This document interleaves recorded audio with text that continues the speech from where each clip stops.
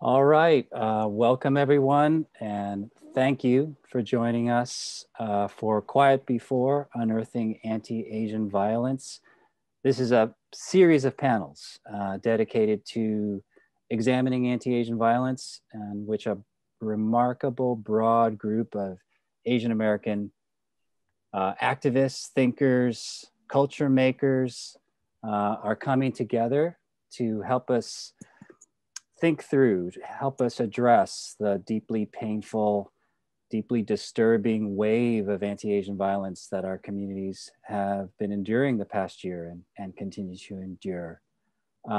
This is a big coalition effort. If you get a chance to check out the Quiet Before website, you'll see a huge array of people and organizations that are pitching in to help put all this together. But I particularly want to thank Nancy Bulalakaw. She's the producer of Quiet Before and truly the instigator of this big effort to bring us all together here. So thank you, Nancy, for doing all of that hard work, passionate work. I'm Andy Shao, and I'm an editor with the publishing house Verso Books, and I'm going to moderate or introduce the speakers for tonight's panel. This is the second of 6 panels this month. The first one was a couple nights ago. It was called History, and our panel is called Context. And in the next 2 weeks, there are going to be panels on culture, on policy, on today, and on the future. So check all of those out. In today's panel, we are going to talk about history as well and talk about today, but we're going to drill down a little bit from Tuesday's panel and talk about violence, the question of violence, the role of violence in shaping Asian American experience. And what do we mean by violence? Well, that's one of the things I think our speakers are going to help us explore today. But for sure, for me, it seems that, you know, if we're going to try to understand and think through some of the individual acts of physical violence that we've been experiencing this past year, we need to connect these acts of individual violence to broader structures, broader patterns, history. And that's one of the things I think our speakers are going to talk about. So for example, today, May 6th, this is a very important day in Asian American history, right? It was on May 6th, 1882, that the Chinese Exclusion Act was passed, signed into law on May 6th, 1882 by President Chester Arthur. This Chinese Exclusion Act is often thought of as one of the first big restrictions on American immigration that targeted a people specifically for their race or national origin. It actually followed another act that had targeted Chinese women. But, you know, in conjunction with other acts, other policies, political movements that targeted immigrants, it was part of a big wave, a big history, a structure that tried to restrict who could be American. And that has had a huge impact on the shape of Asian American experience all the way up to today. So that's the kind of thing I think people are going to try to remember, recall, turn over in these conversations. But of course, we can't get to everything. We can't even cover all the major points of Asian American history in 90 minutes, and we are going to try to stick to 90 minutes.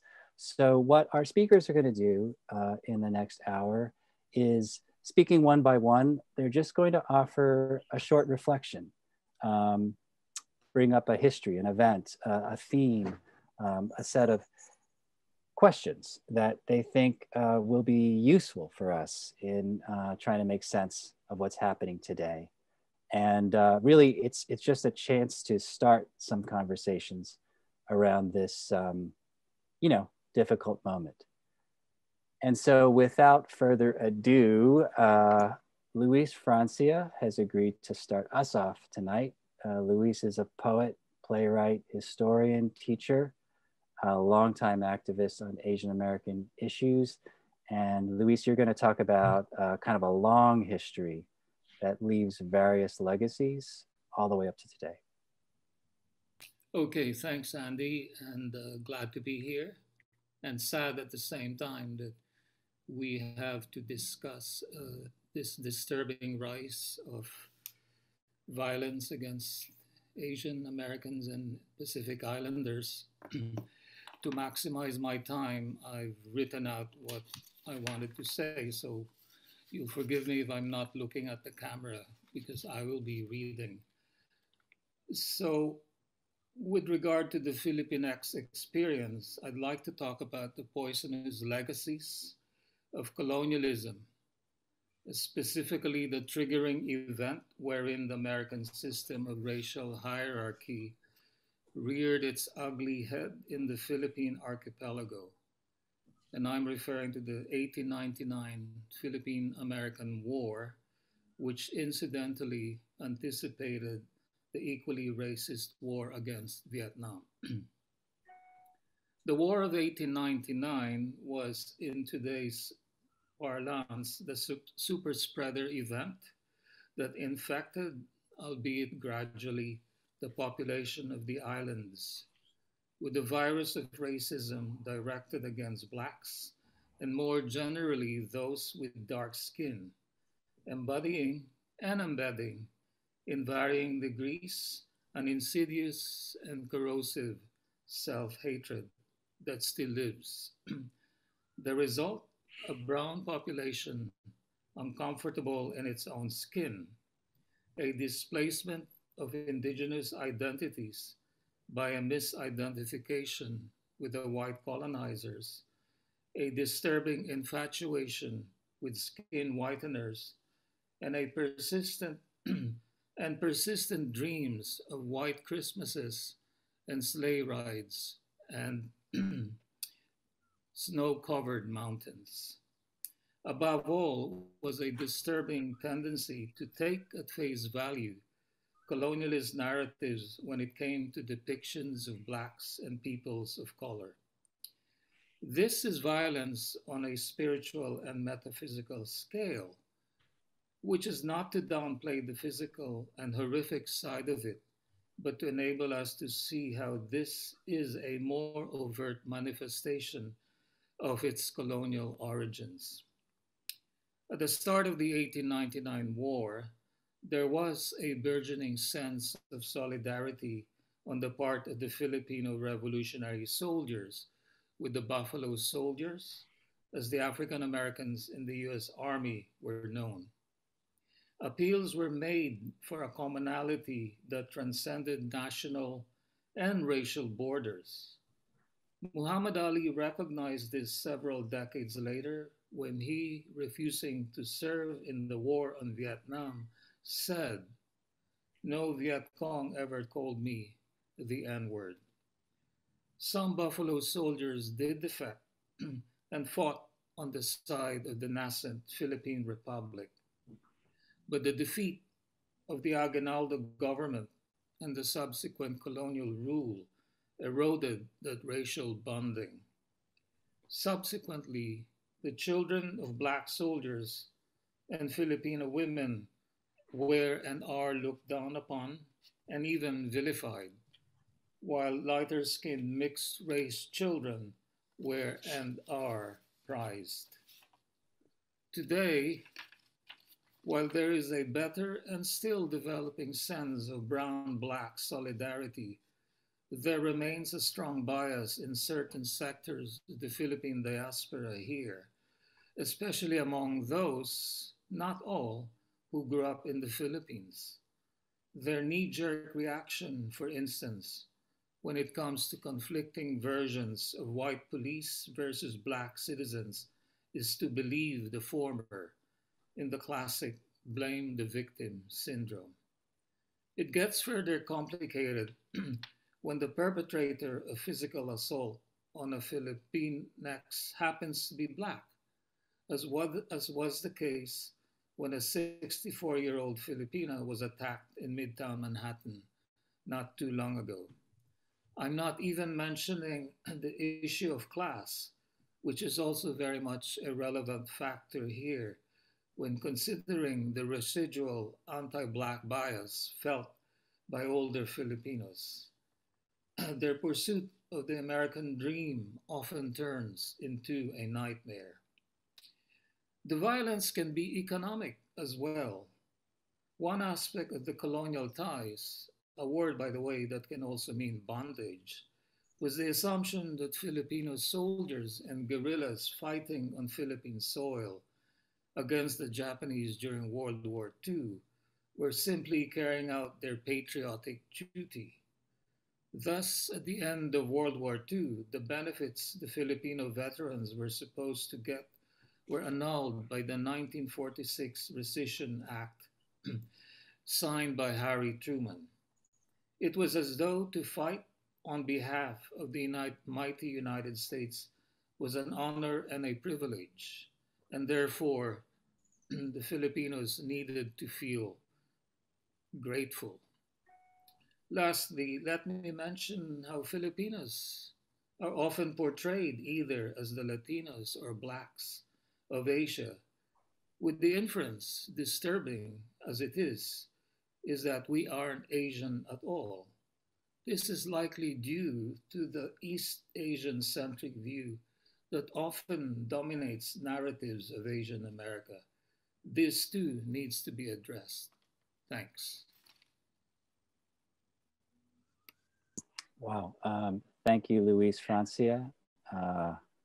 Really profound thoughts. And I have a feeling we're going to come back to some of these themes, like colonialism, Black Asian relations, and other important things that you raised. Thanks for those remarks.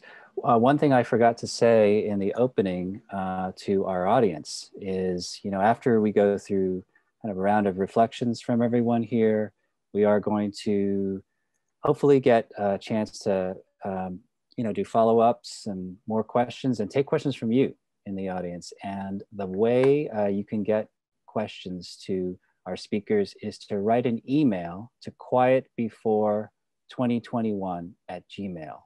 That's quietbefore2021@gmail, and we'll collect those questions, and I'll put some of those questions to speakers. So I'll read out that email a couple more times later as we talk. But up next, I'm going to call on Felicia Lowe. She's one of Asian America's leading directors and independent media producers, the maker of some beautiful documentaries like Chinese Couplets and Carved in Silence Chinatown, and other beautiful, beautiful films. And she is going to talk a little bit about Angel Island, something that she can explain its significance, and something that's deeply felt by her as a descendant of Angel Island detainees. So Felicia?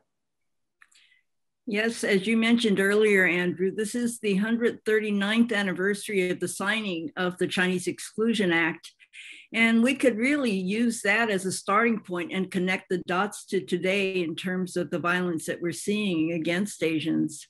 When you start off with Congress, the United States government saying we don't want Chinese people, the consequences and the ramifications of that have been very long lasting. It's nothing that has disappeared. It's always right under the skin, You don't have to scratch very deeply to find how quickly Chinese in particular, and then all Asians, because not everyone has a distinction that we are some 40 different groups of people, that, we're all not white, and we're not of the perceived mainstream of America, even though we are among the fastest growing group coming in now. So we have a lot of history, but we also have a lot of work ahead of us. You would think, or we would hope, that we would not be having this conversation now, but nonetheless, here it is. I think with the Angel Island Immigration Station Foundation, and I'm going to talk about that because I've been an active participant, and fortunately Ed is on, our ED, who's been doing a terrific job, is going to be speaking later. But Angel Island actually was built to enforce the Chinese Exclusion Act in 1910 in San Francisco Bay. While it sometimes has the misnomer of being the Ellis Island of the West, the experiences of the immigrants crossing the Pacific were profoundly different than the Ellis Island immigrants, who generally were in and out within 5 hours. You know, they were processed quickly and out of there. Whereas Angel Island, people were detained for weeks, months, and in rare instances, even years. And those who were there for long periods of time actually carved or wrote poems on the walls. That makes it especially special, because how many places can you go where the walls actually talk to you? We learned from that experience that the aspirations and hopes of those immigrants crossing the Pacific were just like any other immigrants' hopes. You know, I mean, Scandinavia called it a promised land. Every culture had a name for America, and we were no different in that sense. However, our welcome was very different, which is not to say that the Irish were not treated well or the Italians were not treated well. You know, when you look at the experiences of immigrants, not all swam through easily. There's also always, I think, the importance of sharing and learning about each other's histories to understand the commonality of our experiences. But, you know, we had that special mark, and the Chinese Exclusion Act became a template, a beginning point to initiate different sorts of restrictions for all sorts of people. It was expanded to affect other Asians and then other people, Europeans from the southern roots. And then now, as recently as 2 years ago, we had the Muslim ban. You know, it's always a model, sadly, a model for other restrictive immigration laws. And so this is a time where I feel the immigration station becomes even more important in its in what it symbolizes. You know, it all happened here. It all started here, and we can't forget it. We don't want to forget it. The foundation and most of us at that time, in terms of restoring and preserving its history, and then making the connections about what that past has to do with the present, is very important. And it's always been important, but even more so now, right? I mean, we have to really let people know about its presence. We cannot go by that master narrative of Ellis Island and people swimming in and having that welcome life, because that has not always been the case. But really, I think that I'm just hoping that as we begin to try to put together some toolkits for teachers, for educators, to really think about how we tell these stories to young people, to each other, because we cannot deny the fact that we need to have education across our cultures. We have to really, you know, I mean, all of us know that there's racism within within the culture, across the culture, and then beyond that to mainstream. So how do we begin to prioritize who we approach? Or we need to be working on all these different fronts. And I think in particular, I've been fortunate recently to work on a project for the Sacramento Museum, the California Museum in Sacramento, where we were talking about Chinese Californians from the gold rush to the present day. And the challenge was to try to do 2-minute videos to attract the attention of 10-year-olds running through the museum on field trips. And I thought, I want to take that on. You know, I'd like to see what I can do with that, because really we have to capture the imagination of young people, for them to be open-minded, to think about how the Chinese in this particular case contributed to the building of America.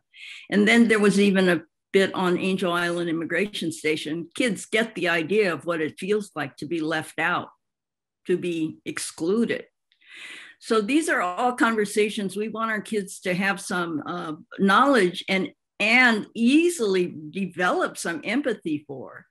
And I think that's one of the things I'm hoping to help, and I hope the foundation, we've been talking a lot about ways in which, how do you make information like this, complicated information, accessible, so that we can start building and growing young people who have some empathy and some understanding about the true contributions that all of us have made to make America what it is today. And that has to start at the get-go with not only the Mayflower story, which was a false premise in the first place, but to start with the broadest authentic story. Our histories means our histories, you know, collective histories. And so, you know, it might be in the form of a comic book, it might be the graphic novel, it might be the 2-minute animation, it could be just ways in which we can speak to one another and be effective in that realm of talking about an inclusive history. You know, I think our challenge before us is, what are our short-term goals? What are our long-term goals? And who can we prioritize in terms of reaching out to our, I mean, there is so much talent and skill sets that we have among us. So if we could divvy up the work, you know, and go at it, I think we could all be very, very successful. But that's my main thrust, is just to say, here we have Angel Island Immigration Station. We want more people to know about it for its very significance and symbol. And Ed is doing a partnership. I think we're going to partner up with Ellis Island to do some shared information that will be really helpful. And you know, so many of us who got involved in it were descendants in the same way, under the same vein as a lot of the children of people who survived the camps. We need to learn our own stories and then share those stories in as many ways as we can reach out to people in whatever form it takes. So, you know, it has come via plays, movies, films, books, all of these things. And I think we need to be working on all of those mechanisms to do our outreach.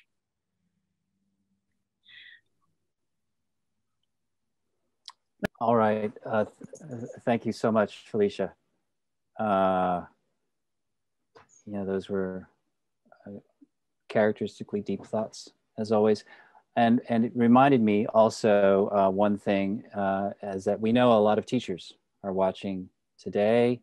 And Felicia, you know, touched on the need for all kinds of education, all kinds of methodologies and efforts in these areas. So if teachers, if you're watching, you have some thoughts, you have some questions, you know, write an email to quietbefore2021@gmail.com. That's the channel for asking questions. And in the last panel, there were a bunch of questions around education. I imagine folks have a lot of thoughts about that. I'm going to ask Erika Moritsugu to speak next. We're very, very lucky to have her with us. She was just recently named Deputy Assistant to President Joe Biden and the AAPI Senior Liaison. So it's just very generous of her to take some time out and share her thoughts with us. I know you were just recently in Indianapolis, along with Amrit Kaur, helping the community there deal with the horrific crime. So Erika, you're going to talk also about your family history a little bit and some lessons to be gleaned from that. Yeah, for sure. Andy, thank you so much. And Felicia, your call to service, your call to action, like, you want us to divvy up the work, I want to do my part. I wish I was a teacher and artist in the way that you are able to capture and do the storytelling and inspire us to action. So thank you. Thank you for your power. It's an honor to share this space with y'all tonight. I was gonna kind of approach this part of the discussion with, you know, from a personal and professional take, because, you know, I'm lucky enough to live a life where those two things meld. I mean, in terms of the things that bring me to this work and the things that motivated me and how I got here and how I view it. So I'm a 5th generation Chinese American and 4th generation Japanese American. My family came to Hawaii a couple hundred years ago as indentured servants on plantation or as picture brides. In Hawaii, it's difficult to name what isn't racism or racialized violence. It was, after all, a sovereign nation of noble indigenous peoples that was overtaken by colonization, population decimated, and then our queen was overthrown by agents of the US government. So there are other more clear indications of state-sponsored racial horrors like that in our history. Like during World War II, the backdrop here for my story is that my grandpa was military intelligence service in the Pacific Theater. He was an interpreter. And it turns out that that means it's a euphemism for what he did during the war, something like infiltrating enemy lines and interrogating prisoners of war. Not that he ever told us about it because his honor wouldn't let him. I also have two great uncles who served in the 442nd, and they were awarded congressional gold medals for their valor and service in the European theater. This is Congress's highest expression of national appreciation for distinguished achievements and contributions. At the same time, my great-great-uncle, so that's my great-grandpa's baby brother, was arrested and incarcerated, first on Sand Island in Hawaii, and then transported to a New Mexico camp outside of Santa Fe. His crime that he was accused for, but he didn't need to be prosecuted or any of that. He was organizing his fishing village in Kaneohe, Hawaii. He was released at the end of the war, but he was so sick, he died only 2 years after returning home to Hawaii. So look, it's this juxtaposition, on the one hand, the most distinguished service fighting and some dying for our country, side by side with the incarceration of a beloved elder, thousands of miles away from his home and comfort. So that's my history. And then I know it's not the worst and it's not unique, but it's one example of a reflection on our shared history that has, in my lifetime, had a nasty habit of disappearing from dialogue and from our mainstream American memories. Because as we know, this history of bias, discrimination, and violence is long for the AAN and HPI communities. Horrific tragedies that have been recorded and gone viral in the past few months have finally made it to the attention of the media and the nation and its leaders. But we know that the racism and violence, especially against Asian women, when you've got the intersection of sexualization, misogyny, and racism, this has been going on well before the pandemic. Now, Andy, I want to make this space to maximize the time you can hear from the real historians and the real history makers. But as the government official on this panel, I feel like I have a responsibility to name, with all of the attendant shame, the racist laws that we've had in place in this country that have destroyed lives and perpetuated racism and facilitated a cultural norm of anti-Asian hate. And that leads to the violence. So we've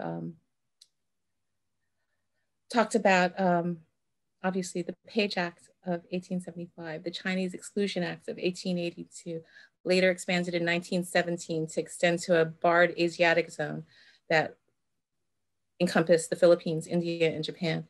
And of course, there was the incarceration of over 100,000 Japanese Americans during World War II. These things taken collectively, but also in isolation, are the things that create, these are government actions that creates an environment that leads to and tolerates tragedies like the Rock Spring Massacre of 1885, or the murder of Vincent Chin, or the mass shooting of Southeast Asian refugee children in 1989, and the targeting of South Asian Americans, especially those who are Muslim, Hindu, or Sikh, after the national tragedy of 9/11. So Asian Americans, Native Hawaiians, and Pacific Islanders have endured a long history of injustice, and that is a part of the history we hold. So here's my professional take. I do want to note that this administration, President Joe Biden and Vice President Kamala Harris, they're making history right now in terms of the work we're doing on racial equity. In response to the spike in anti-Asian hate, President Biden acted quickly and resolutely in his first week in office by issuing a presidential memorandum condemning racism, xenophobia, and intolerance against APIs. And we've been working on that across the government every day since then. It's long past time for federal leadership to advance the safety, inclusion, belonging, and acceptance for all AAN and HPI communities. President Biden and Vice President Harris are committed to a whole of government effort to advance equity, root out racial injustices in our federal institutions, and finally deliver the promise of America for all Americans. So it's an honor to look forward to making a contribution to this history in the making. And I'm grateful for the network of allies that Felicia is drumming up for us to advance this work from as many multivalent perches as we can. All right, thank you so much, Erika. Powerful words, and personal and political. Very happy to hear those. Again, I think there are themes that you struck that we'll come back to. I'm going to ask next one of Asian America's leading historians, Diane Fujino, to speak to us. She wrote a biography of one of the key figures in Asian American history, Yuri Kochiyama, and she's written other beautiful, important histories of Asian American radicals. She's going to talk a little bit, Diane, I think, about war and colonial violence, how that helped to shape the Asian American movement, and some reflections you have about that. Thank you so much, Andy and Nancy and all of the organizers and my fellow panelists. I'm really enjoying listening to you. And I want to acknowledge that I'm speaking from Santa Barbara, California, the unceded lands and waters of the Chumash people.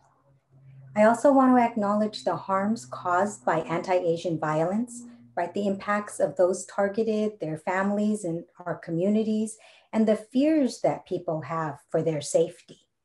I have been heartened to see for the first time, right, widespread denunciations of these attacks on Asian Americans and recognition of racism against Asian Americans. But I also worry. I'm concerned that people are quick to condemn individual acts of violence, but quiet about structural violences impacting Asian Americans, Blacks, trans, and other communities in this country and globally. And because I study, teach, and write about Asian American activism and Afro-Asian solidarities, I want to focus on the historical and structural violence shaping Asian American liberation movements and connect it a bit to the current movement.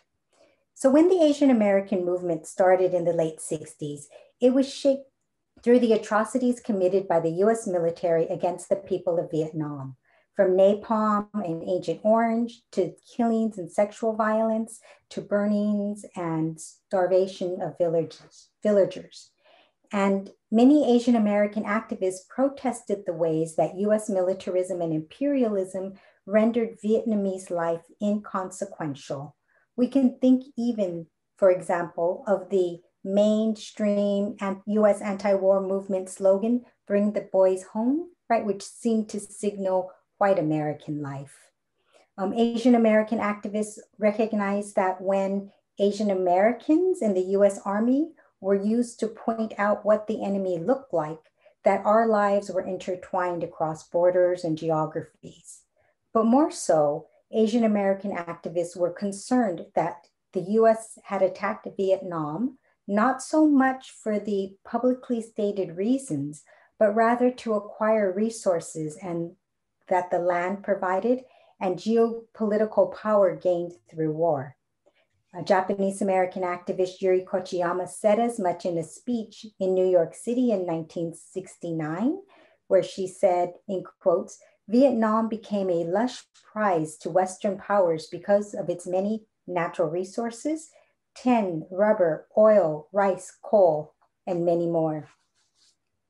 Based on their concerns for human life and critiques of US imperialism and militarism, many Asian American activists protested US bombings and military attacks, as well as US political and economic control and influence over other nations.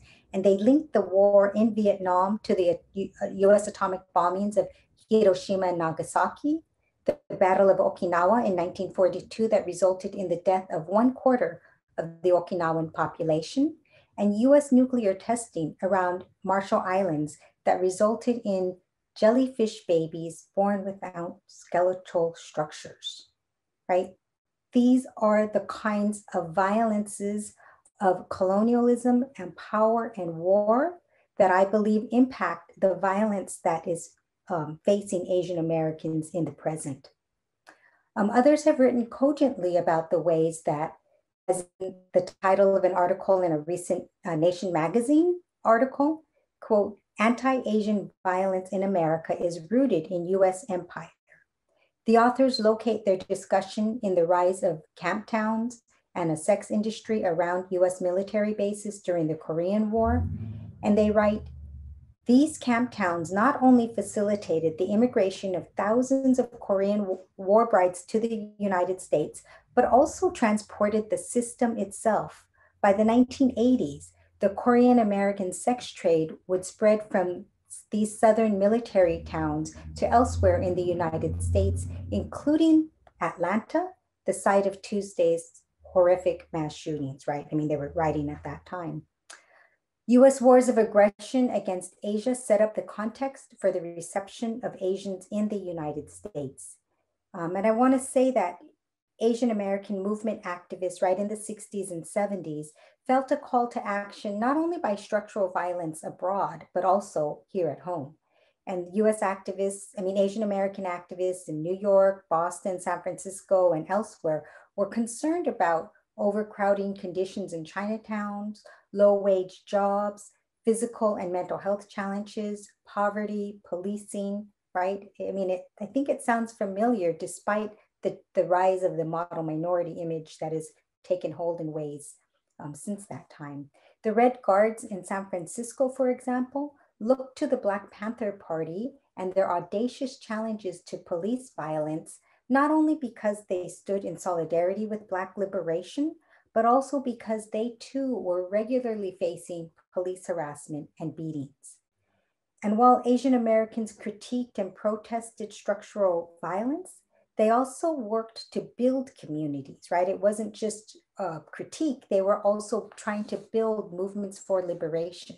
And so we know Asian American movement activists were struggling to gain jobs with living wages and dignity, housing, healthcare, activist spaces for political and cultural programming, for what we think of as mutual aid, right? And there are really way too many organizations to name, but I want to name at least a few. So one is Asian Americans for Action in New York City, that was really working to critique US and Japanese imperialism, and they held annual Hiroshima Nagasaki Day events where they talked about the violence of US colonialism, right, and militarism.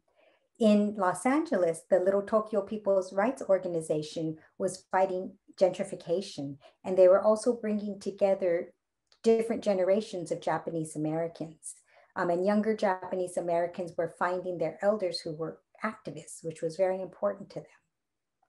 In Delano, laborers, farm workers, and then students traveled from all over the place to help build the Agabayani village, which was to house Filipino and Chicano farm workers working with the United Farm Workers of America, right, in Delano in Central California. And the Chinese Progressive Association has struggled, it exists to this day, it's been struggling for 50 years for things like workers' rights, tenants organizing, and movement building. I think I'll go ahead and stop for now, but I hope that we can take this up later in this conversation around activism and solidarity and so much more. Thank you. Thank you, Diane. And absolutely, we have to take up some of these themes that several of you have sounded. We hopefully will have time in the question session. We are getting some questions from watchers, and I have to say that the way to get us questions is to write us an email at quietbefore2021@gmail.com, and we'll collate those questions and get them to the speakers. Curtis Chin, can I ask you to speak next? Curtis is a writer, director, and producer. He made a film on the Vincent Chin case called Vincent Who. That's going to figure a little bit in some of his remarks here. He's also a founder of the Asian American Writers Workshop. That's a space in New York that's been very important to me, and which recently staged this huge marathon reading of Asian American women writers. It's up on the website in response to the violence. It's a beautiful project they did. But here, Curtis is also going to talk a little bit about his personal family history, which is incredibly fascinating and on point. So Curtis. Thanks, Andy. And thanks, Nancy, and all the organizers of Quiet Before. This is a really exciting opportunity. When they approached me, I actually said, hey, you know what? I'm actually working on a memoir right now called Everything I Learned in a Chinese Restaurant. And it's exactly about, my family growing up in Detroit, primarily in the 80s. We all know about Detroit and the troubles it was going through, not just crack, AIDS, Reaganism, but obviously the Vincent Chin case was a big thing in the 80s. And so I'm going to get to that. But first, I wanted to talk a little bit about my family history to, show the longevity of the complexity of the Asian American experience. And so my family actually first arrived in the Midwest in the late 1800s when my great-great-grandfather moved from Canton, China to Canton, Ohio. But before realizing there weren't actually Chinese people there, then they moved up to Detroit, which at the time was still a fairly small city.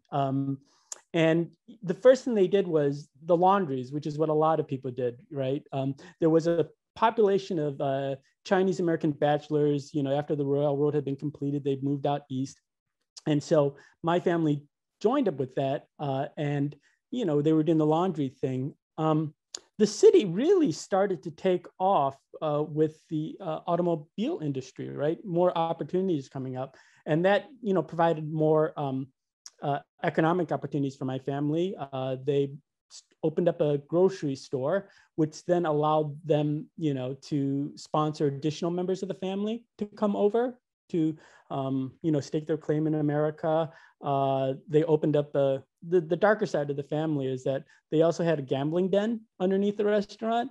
And during Prohibition, if rumors are true, they ran whiskey across the Canadian border and also sold drugs. So I have a little gangster in me. So that was that experience. And with the auto industry, booming, obviously the whole city of Detroit was exploding at that time. And you had the Great Migration, coming up from the South, a lot of African Americans moving in. And the city ballooned to, almost 2 million people at that time and making it the fourth largest city, but all in a very, very short time. So it was like this giant cauldron of just new people coming into the city. And the industry, as it was exploding, actually started moving out of the city into the suburbs with the factories. And that's actually when the white flight started to happen in Detroit. It actually happened much earlier than people seem to think. And that led to increased racial tensions. And at the time, the Asian American community was, specifically the Chinese American community, was very small at that time. And they had no political voice, no political power. And the city, in their effort to connect the white residents with some of the jobs in the government and the business that stayed downtown, decided to demolish the Chinatown, the old Chinatown. And that's just one example of how the community, someone alluded to the point of state-sponsored terrorism or like destruction of our communities and how the government has done that kind of stuff. And that's something that happened to our community in Detroit. The community splintered at that point. And again, my family faced more discrimination. They tried to buy a place in the suburbs. And what happened was that, they couldn't find anybody to sell anything to them. And they had to turn to one of their customers, a Jewish customer, who bought the property for them and sold it back to them at cost. So, that was the history that my family experienced. One of the other things that people think about Detroit and its history with race concerned the 67 riots, which I think everybody talks about. 5 days, the city was on fire. It was like the longest time my family had ever closed down. Interestingly, as Asian Americans or Chinese Americans, a lot of the restaurants put in signs in their windows saying, "We are your brothers."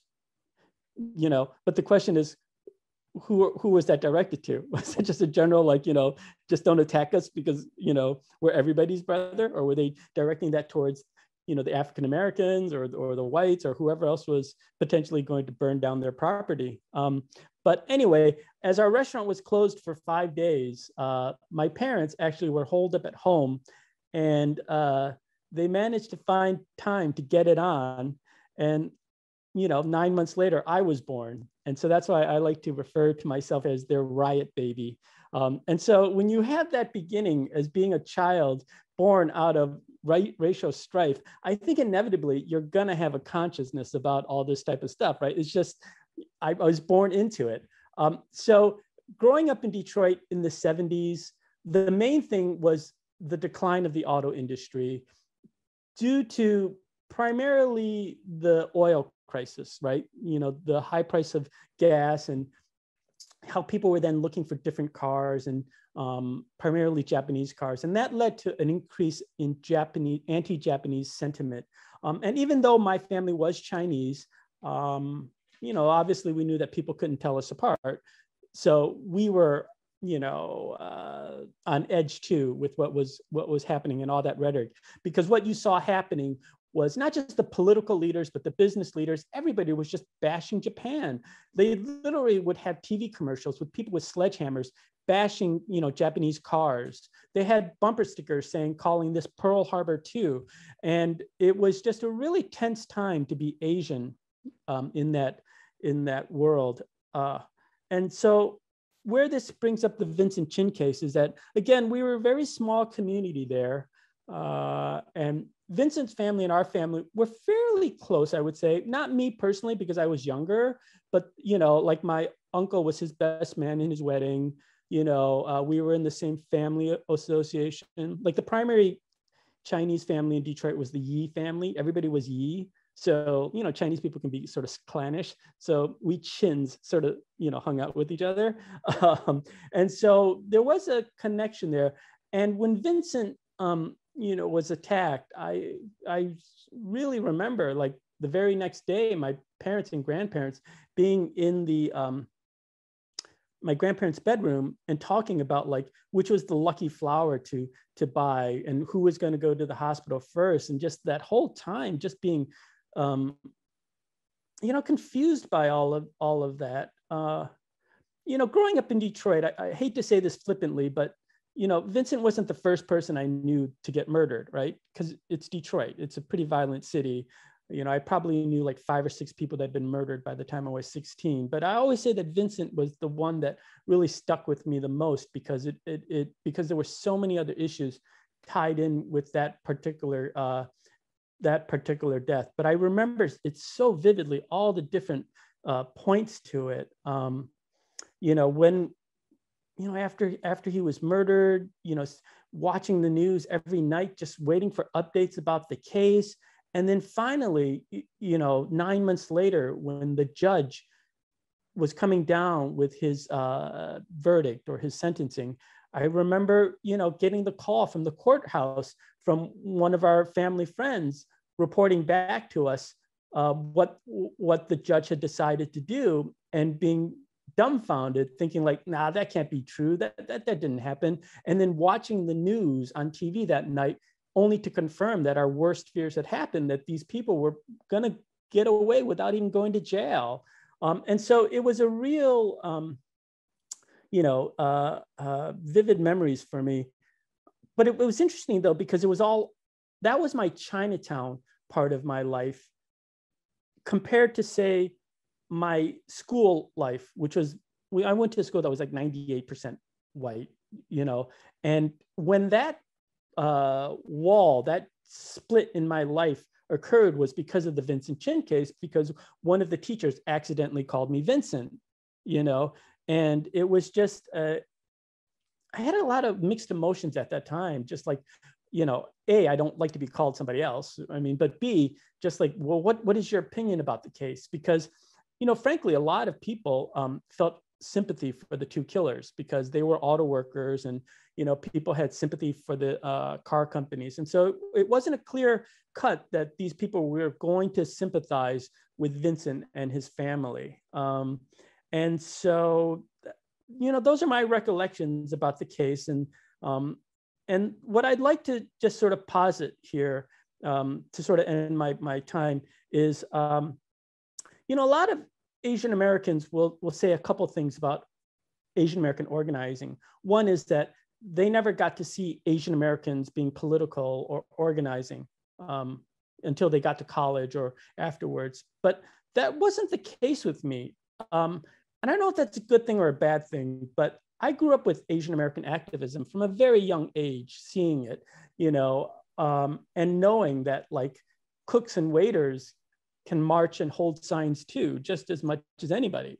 And so I've just always grown up with a sense of Asian American political activism, but also a sense of Asian American, a pan-Asian American sensibility too, because, you know, the Chinatown that we had in Detroit was actually very pan-Asian. And so the kids I played with as a kid were Chinese, Filipino, Indian, you know, and then even moving to high school, when we moved out to the white community, like the kids I hung out with at school were the other Asians, you know, the Filipinos, the Indians, and the Taiwanese. I mean, that's partly because we were all in the same advanced math and science classes, but still, you know, it was there.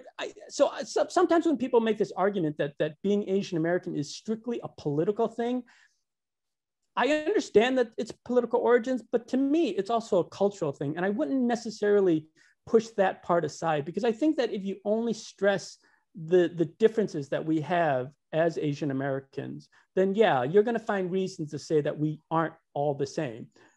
But the reality— Okay, Curtis, I think we need to come back to some of those points, okay. which Sorry, are great. I wasn't even looking at the time. Okay, sorry.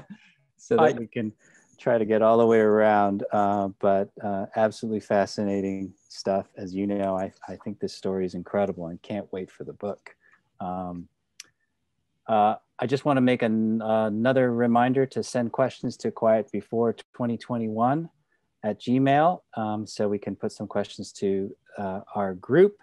And I'm going to ask Ed Tepporn to speak now. He's the director of the Angel Island Immigration Station Foundation, as Felicia mentioned earlier, but he's a longtime leader and advocate for Asian Americans, especially in the area of public health and a lot of other areas. And Ed, you're going to talk a little bit about, I guess, some of the narratives that Asian Americans are seen through and that we struggle with. So Ed Tepporn. Thanks, Andrew. I want to start off by saying that Angel Island sits on the ancestral land of the Coast Miwok Indians, and I want to thank Felicia and so many other leaders who helped to ensure that the buildings on Angel Island still stand today so that we can continue to learn from the history of what took place at Angel Island. Part of my history is that I grew up in the HIV advocacy and LGBT movement. And from that movement, I learned early on that silence equals death. And so I also want to acknowledge Suki Terada on this panel for teaching me early on in my professional career about the power and importance of using my voice. All of us definitely cannot afford to stay silent about the violence that we, our families, our communities have experienced and are continuing to experience, whether that violence is on the microaggressions end or the slurs end of the scale, which is what my family and I experienced when we immigrated from Thailand to Texas in the early 1970s, being called racial slurs or being told to go back to where we came from. Or whether it's the physical violence that we've seen throughout history and unfortunately most recently in Oak Creek, in Atlanta, and Indianapolis. Or whether that violence is the structural or systemic violence, like what happened at Angel Island in enforcing the exclusionary immigration policies of the time, or the differential treatment that Asian detainees had compared to non-Asian detainees at Angel Island, or something more recent as the denial of Medicaid that was promised to Compact of Free Association migrants from the Commonwealth of the Northern Mariana Islands, from the Federated States of Micronesia, or from the Republic of the Marshall Islands. Violence at its core is the denial of human rights, and we know that violence can be influenced by false narratives. When it comes to the narratives that our communities are often seen through, I think there are four that bubble to the surface. The first is that of being a model minority, where universally we're seen as being well-educated, as wealthy, and healthy and immune from experiencing racism. And this model minority myth is a double-edged sword. It not only makes it that much more challenging for us to get resources and attention to those parts of our communities who truly are struggling, but it also is used as a wedge between us and our brothers and sisters and other racial ethnic communities. A second narrative is that of invisibility and othering. And so whether it's in the entertainment, whether it's in the media, whether it's in academics and reports, often the data, the stories, our histories for our communities is completely missing, or it's relegated to a meaningless other category. I can't tell you how many times I've been to a conference or read a report where data for racial ethnic communities were displayed, and it only included data for white, Black, and Hispanic communities. The third narrative is that of the perpetual foreigner, and that is where, regardless of how long we or our families or communities have lived here in the US, we're seen as being an other. We're seen as not being fully American. We're seen as not belonging. And the way that many of us often experience that is in casual conversations. We get asked, where are you from? And when I tell people that I'm from Texas, they ask me, where are you really from? And then the fourth narrative is that of the hypersexualization of Asian and Pacific Islander women and the demasculation of Asian and Pacific Islander men. These are just some of the narratives that are important to address that will help us to hopefully reduce the violence and the inequities that our communities experience.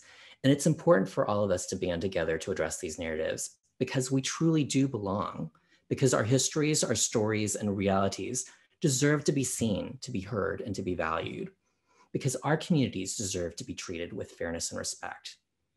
And just as our communities deserve all of these things, so do our brothers and sisters in the Black community, in the Latino, Latina, Latinx community, in the American Indian community, in the Jewish community, in the Arab and Middle Eastern community, in the LGBT community, in the differently abled community, and in so many other marginalized communities.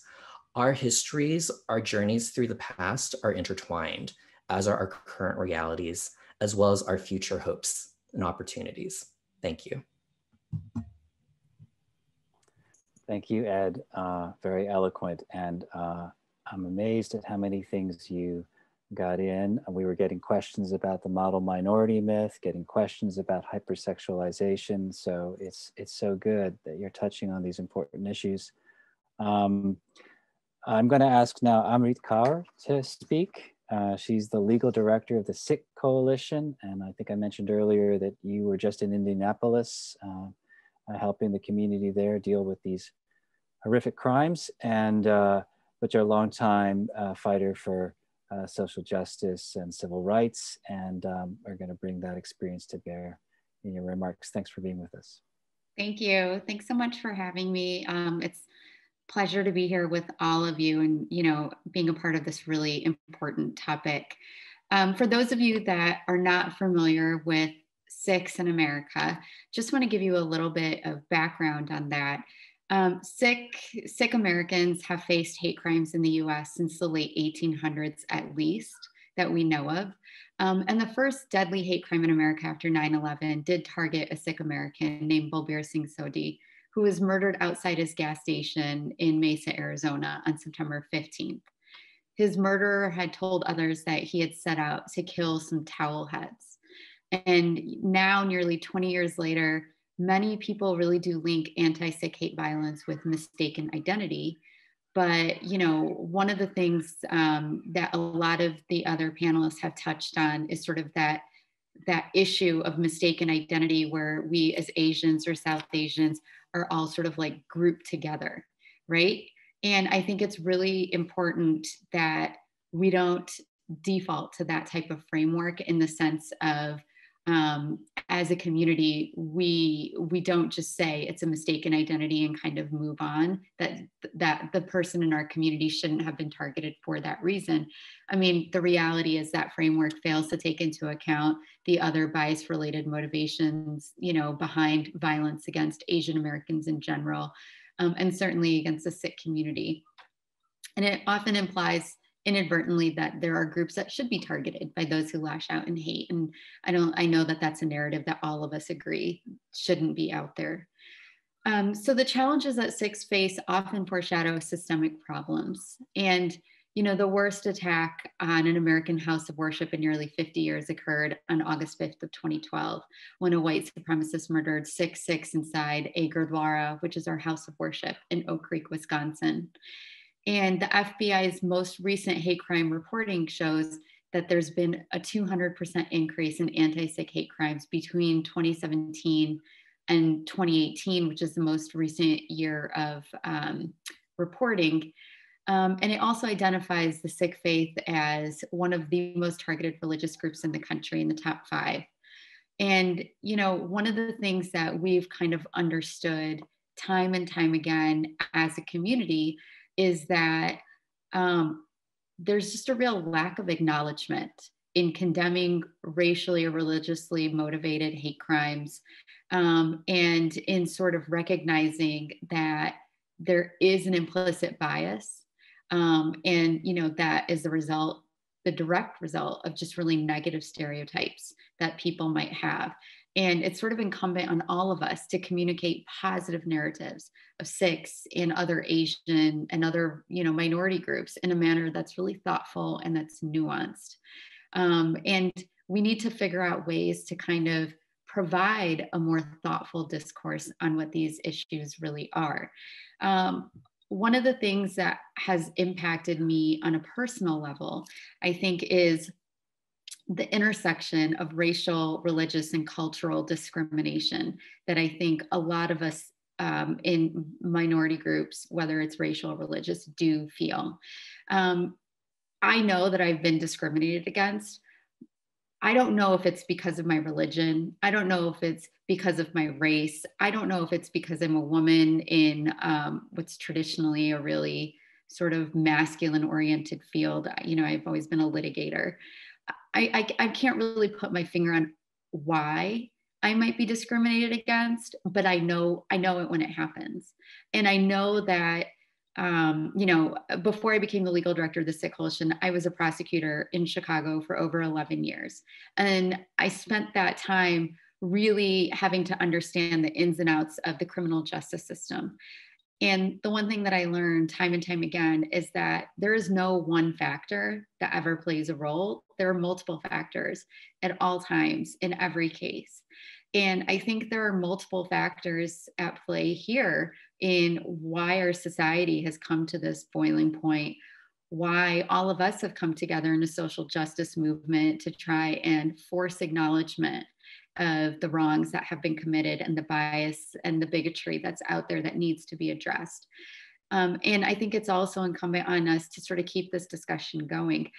Whenever I speak on panels or I, you know, go to different events, one of the most common questions I get is, why now? Why are we speaking out now? Why were these topics not being discussed before? And my response is always the same. This isn't new. I'm sure every person on this panel has had these exact same conversations multiple times throughout the courses of our lives. And the reality is for a long time, we were having those conversations in safe spaces. But now, with the voices that we've found, right, and the community that we've established, we're able to go out in public and sort of force this reckoning moment and force people all around us to get comfortable with the uncomfortable. And that is acknowledging that these are topics that need to be addressed and need to be discussed. I don't remember a time when I didn't talk about racism or, you know, bias with my family and with our family friends and, you know, members of my religious community. I think that was always on the table. It was always part of the discussion. 2 years ago, I wrote an op-ed for the Chicago Sun-Times. It was right after former President Trump said, "Go back to your country," to members of Congress. And I think everybody on this call and, you know, people throughout the Asian American community can relate to what that feels like. Ed, you just talked about it a few minutes ago, where there's always this sort of fracture where people that look like us aren't necessarily considered to be part of everybody else in American society. We are othered. And the problem is that we recognize it at such an early age. I mean, the op-ed I wrote talked about when I was 5 and I was in Daisy Scouts, and, you know, all the other little girls saw my grandfather with a turban and a beard and Indian clothes dropping me off and told me that I didn't belong there. And to this day, as a 40-year-old woman, I remember that story. You know, the fact that I had to think so carefully about what to name my children. Because if I gave them really ethnic names, was I labeling them, and was that going to make life more difficult for them? You know, these are all parts of the decision-making process that members of the Asian American community do have to deal with. We have to contend with. It's part of our reality. And I think it's really important that now we're having these discussions out in the open, and we're, you know, using this opportunity to sort of address all of it. So thanks so much for having me. And I'm really looking forward to the questions and the rest of the discussion. Yes, thank you, Amrit. That was so eloquent. And I can't wait for the questions as well. They're already coming in, so hopefully we'll get to those really quickly. But I feel very privileged and very lucky to be able to introduce now a legendary Asian American activist and fighter for social justice, Suki Terada Ports. I mean, she's been a leader on so many issues. She's a co-founder of APICHA, the Asian Pacific Islander Coalition on HIV and AIDS, but many, many other issues. And she also has an incredibly affecting family story as well as a Japanese American. So Suki, will you share your reflections with us now?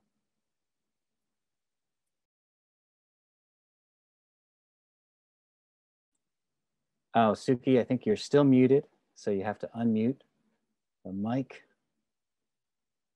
Then we'll get you.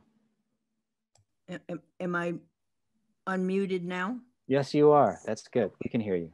First of all, I want to thank Ed for his recognition. It's usually not complimentary when people speak of my intersection in various issues, so I thank you. I'm going to apologize for looking down and reading some of this because I don't remember a lot of things, so I'm going to refer to my notes.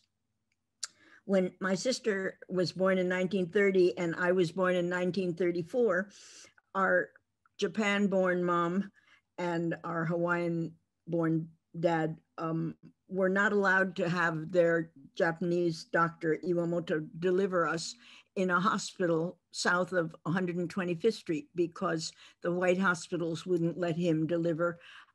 As a Japanese doctor, he wasn't allowed to deliver babies south of 100. So anybody of Japanese ancestry who had Dr. Iwamoto were all born in Harlem from 1930. And that led to one of the issues that I'm often asked, how come there aren't so many Japanese in New York? Especially in Manhattan, that there are more in Queens or Brooklyn or Westchester County or Connecticut or New Jersey. And one of them is because our Japanese doctor was not allowed to deliver babies. So many people lived outside of Manhattan where he was allowed to deliver. And another was after World War II, when the War Relocation Authority was looking for places for Japanese to leave the camps, Mayor LaGuardia of New York sent the War Relocation Authority a letter saying, don't send any of those Japs to New York. We don't want them. They're not welcome here. So many people took him seriously. One of them who did not was Mary Kochiyama, later known as Yuri Kochiyama. And one of the issues was that eventually she was allowed to live in Grant Houses, which is a low-income housing project, mainly Black and Hispanic, but it was not for quite a while till she was allowed to move into there. One of the things that happened the day after Pearl Harbor was that our Chinese neighbors put up a sign on their door saying, we're loyal Chinese Americans. We are not like the Japs in apartment 52. And from then on, we were not allowed to walk to school with our friends, our former friends, and allowed to play with them. So the one Chinese family and the one Japanese American family, although people mistook us sometimes, we were not allowed to play together. One of the things that happened, which I think a lot of people don't really realize, is that I'm going to mention some specific issues that happened between either our family or my parents, but a lot of people don't realize that the Japanese did not complain about things that happened during World War II or even after World War II. And we were not allowed to, my sister and I were not supposed to speak about things. And one of the things that my parents said was that we were not to speak any Japanese because our New York accent made, brought shame to our family because our Japanese was so bad. And it was so bad because one of the issues that the FBI raised with our neighbors was, did our parents speak to my sister and me in Japanese? And did we have guests who spoke Japanese? And did my parents have shades and curtains that blocked the windows, and did they speak on a shortwave radio during the war? And these were issues that a lot of people didn't realize that happened. And how come I grew up and all of us took turns getting dressed in the bathroom because there were no shades or anything for privacy in any of our rooms. One of the things that happened just after Pearl Harbor was all the Japanese people born in Japan were shipped to Ellis Island and then to Japan. If you were American-born Japanese, you were Japanese-American. You didn't hear many people talking about German-American or Italian-American, but Japanese-American were clearly, specifically identified.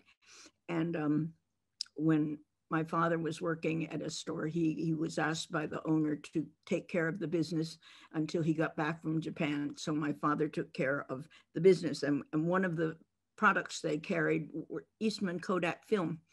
And my father and the Eastman Kodak film distributor always went for a liquid lunch. So one day when the salesman was waiting for my father to get finished with some business, he watched as a salesman came in and said to my father, "Give me all my products, I don't deal with Japs." So Daddy picked up all the things from the counter and gave them back to him. And when he left, the Eastman Kodak salesman said to him, "Why didn't you tell him you weren't a Jap?" And my father pointed to his skin and said, "Well, I don't think I would have convinced him I wasn't." So he said, "Well, don't you worry, Al." He called him by his American name, and he said, "Don't you worry, I will always deliver film to you," which ended up being a very important promise because there's aluminum in film. And the aluminum was a very precious product. And during the war, eventually film was very limited. And so Tom, the Eastman Kodak salesman, brought film to my father. And eventually everybody came to my father to get film, including the man who asked him to give him back his products because he didn't deal with Japs. He found that eventually he did have to deal with a Jap. And, you know, there's one issue that during the summer, kids went away to summer camp. And you see that happening now with the pandemic. The kids are going away to camp and there are certain limits. But one of our neighbors said to our parents, "Did we want to go to the camp?" And my mother said, "I don't think they'll take our children."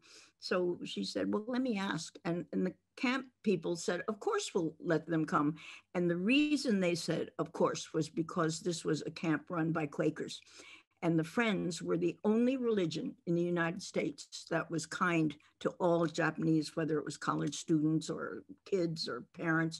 They were the only religion that did not in some way unilaterally discriminate against Japanese. And so that was a very important experience for us to be able to go to camp. And on Parents Visiting Day, our parents didn't come. So my sister and I ran to the woods and we cried that our parents didn't love us the way real American parents love their kids. But in those days, you didn't call your parents. Now kids would probably be on the cell phone saying, "Where the hell are you? You know, it's Parents Visiting Day." Well, anyway, we didn't say anything. But later, many years later, when our children, my husband and I were sending our children to summer camp, and my father had died. And so my mother ate dinner with us every night. And I said to her, you're going to have to fix your own dinner because we're going to go visit our children. We think it's important for parents to visit their children at camp. All of a sudden, all this came out and my mother burst into tears and said, we would have come to visit you, but the FBI wouldn't let me leave Manhattan. Well, we did not, my sister and I did not know that the entire time during the war, my mother was under house arrest by the FBI and she was not allowed to leave. We just thought there was something wrong with our mother and father, that my mother called every morning and said, I'm taking the children to school. And we said, Daddy knows we're going to school every day. What's the matter with her? Well, it was not our father. We found out later it was the FBI she was calling. So those were the kinds of things that happened. When I was in college, there was an International Students' Day, the first month or two of the school year. And people would say, Suki, go back to the dormitory and get your costume on. And I said, I have my costume on. And they say, no, your real costume. Well, that International Students' Day was also a time when people would comment that, where did you learn to speak English so well, Suki? And of course I could say some of the 4-letter words the same as everybody else. And they were impressed with the fact that I learned all those words. And I said, I learned it because I was born here. Suki, these are incredible stories as always. But I actually have a question from a high schooler. And I wonder if I could put that to you and to others here, because it's just very eloquent. And maybe it's 7:15. I have a feeling that several of you are going to have a lot to say about this question. It's an obvious question, and it might even take us out. And this is it. And it comes from Emily Sue, who writes, my question is, as an Asian American high schooler, I'm constantly left wondering what more I can do besides spreading awareness, attending marches and protests, being active rather than passive in my day-to-day life, etc. Well, first of all, I think that's all great. That's a lot, but I'd love to make some more actionable change, but I'm not necessarily sure where to start. Do you have any general or specific advice for young people out there regarding any of these topics? Or, and this is the thing I think is so eloquent, she says, what would you want to tell your younger self? Would any of you be willing to say a couple thoughts about that?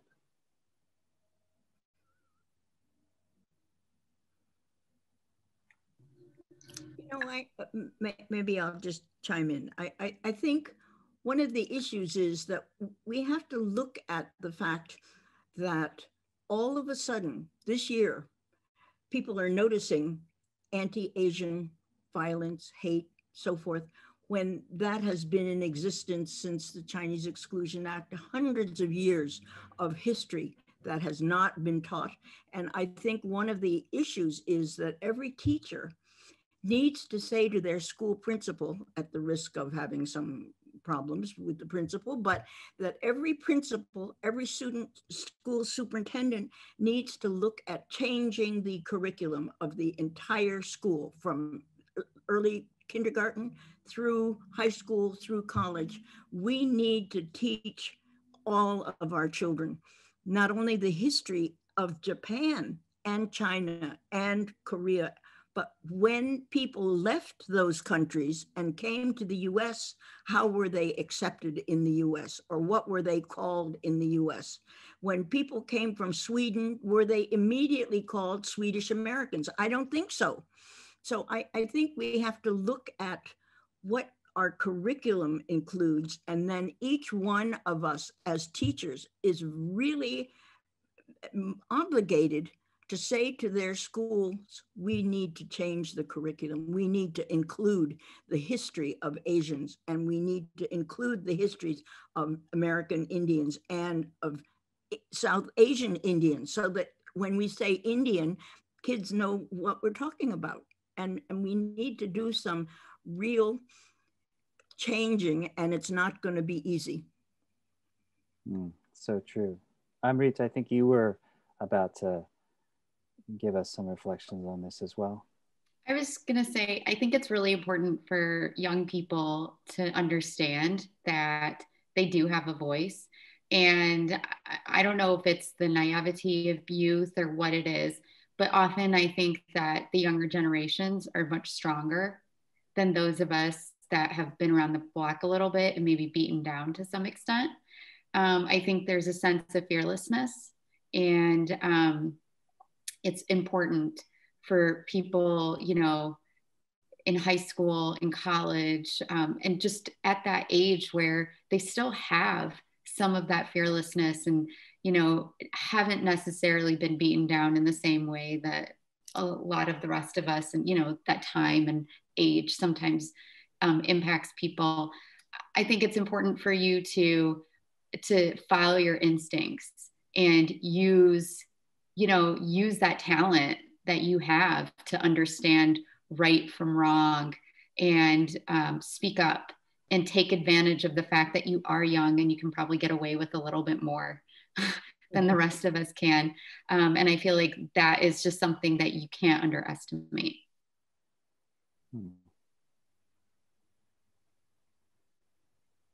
Anyone else? I think Erika had her hand raised. Erika. I love that question because, I mean, it actually dovetails off of what Amit was saying.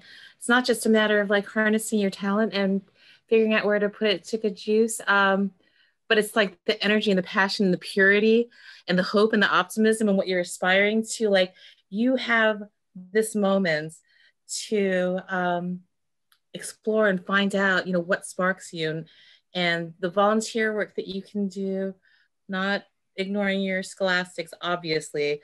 You know, is your chance. I mean, people are going to be really responsive to this sophistication and thought that you've got, and they're going to want to take care of you and tutor you in this, and you're going to be able to make amazing contributions that you never knew existed unless you started exploring it. So this is the advice that I would give me 40 years ago, 30 years ago, is to take inspiration seriously. You know, don't suppress it because everything else seems so important or too big.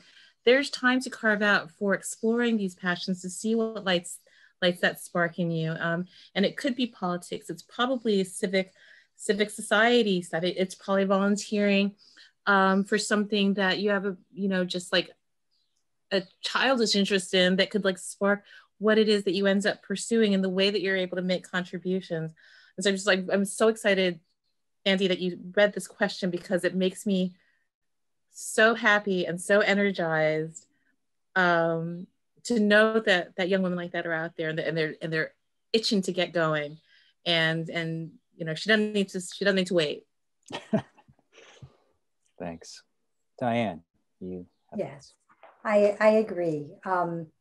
Right, what a wonderful question, and wonderfully worded question. And I agree with the power that young people have. We're seeing it. We see a boldness and an impatience with young people, right? The world is in a state of emergency, and right, young people are mad at older generations for the world being in the way it is. And I think that there's real strength there. I think about the 60s and 70s, and it was young people who were leading transformations. And we're really at a crossroads where we can make, I think we have this opportunity to make systemic changes, or we can just kind of go back to the way things have been, maybe a little gentler and kinder, but not the transformative change that we want. And so I think young people have a huge role to play. And at the same time, I think that learning intergenerationally, those were some of the examples that I was giving. I think for me, it was so important to meet and learn about people like Yuri Kochiyama and the work that they were doing. And I noticed that on this website, right, for the Quiet Before, there is a community link. And in that community link, there's a whole list of organizations. And many of these some of the organizations have places for people to tap into. I know that like the Chinese Progressive Progressive Association. This is San Francisco. I don't know where you are, but they have, summer internship trainings, and there are other ones that do as well. And I think to get connected and to learn organizing on campaigns and movement building and how we're going to think about moving across a longer stretch of time, I think is really important. I'm going to jump in here again, not to monopolize this, but I think there's something that we really have to say to the young people is dream. It's important to dream and think about what you think would be wonderful if this would happen, and then follow that dream with integrity, because that's something that's a word that a lot of politicians don't use these days. But I think we have to remember to say to the young people what you think is important, do it and believe in it.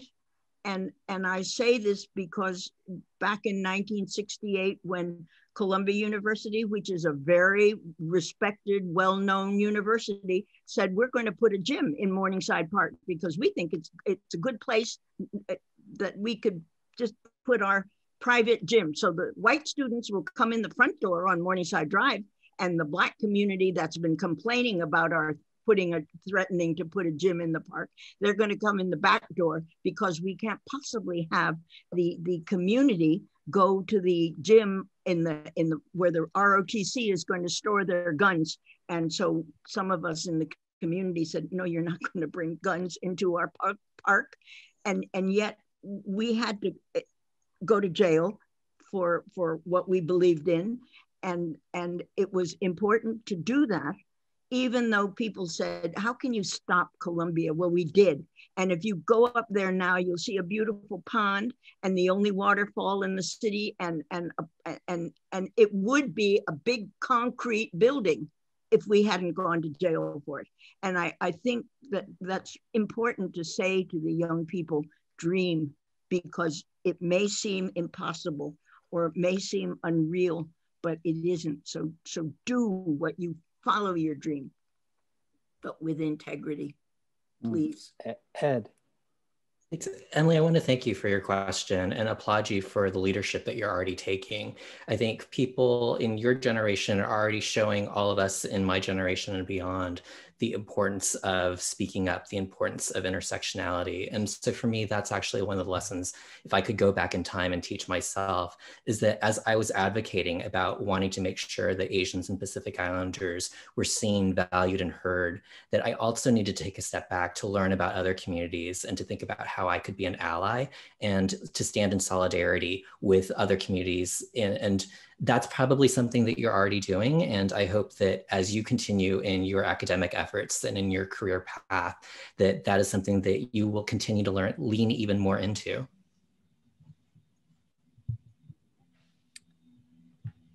Very wise. Felicia, did you want to add some thoughts here? Felicia, you're muted. You're still muted, so we can't hear you.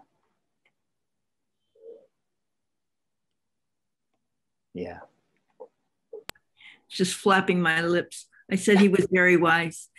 I was just thinking even broader within your friend circle, there are probably your white friends or friends of other cultures who can benefit from having some conversations. Oftentimes, we assume because we hang out that they know, or they assume that they're not. Racist is kind of a harsh word, but they may be ignorant, and quite likely ignorant of many of the history of your family's history. So sometimes that's even helpful to reach out to one or two people and have those real conversations about what your passion is about, so they can understand you better and where you're coming from. We just sometimes make assumptions about each other that are not real until you really sit down and say, this is going to be a focused conversation about this particular thing, why you're showing your leadership, why it's bugging you so much, because they just may say, oh, well, that's Emily, but really, do they know what's going on in your head? And it's probably very valuable for you to even reach out. Sometimes it's only turning the needle can move just even a little bit with one person, and it makes a difference. So true. Look, it's basically 7:30, and I had promised folks that we would be pretty strict about staying to our 90 minutes. I'm really tempted to ask another question or two. I had really hoped we would get deeper into the question of how overseas violence and US war and colonialism, things like that, are the things that we have to address, not just see as issues that we're buffeted by, but see as issues that we can try to change. And that's been a focus of several people's questions from the audience. And I think another important theme that people struck here tonight was themes about multiracial solidarity, Afro-Asian solidarity. What does that mean? What about the conflicts between our communities? What about talk in our community about African Americans being disproportionately guilty of harassment and abuse against Asians? This kind of thing we hear, we have to confront and think about, talk about with our Black comrades and allies and so forth. And there were a couple of questions about that, but we're out of time. And so I think we're just going to have to take up these questions. I mean, right, it's an ongoing thing. This is about starting us talking together.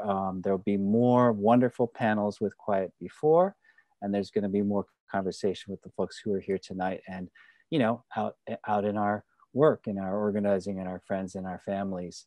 So I want to cut it off here, unfortunately, and thank all of you for being here tonight. This has just been absolutely fascinating and wonderful. Thank you, Luis and Felicia, Suki, Erika. Thank you, Diane, Curtis, Ed, and Amrit. Thank you all for being here. Thank you, Nancy, for bringing us together, and to the Quiet Before team. And, we're going to sign off in just a moment. But please check out the Quiet Before website. First, to find out about the upcoming panels, but also there's a lot of links there for further information. So stand by, and thanks so much.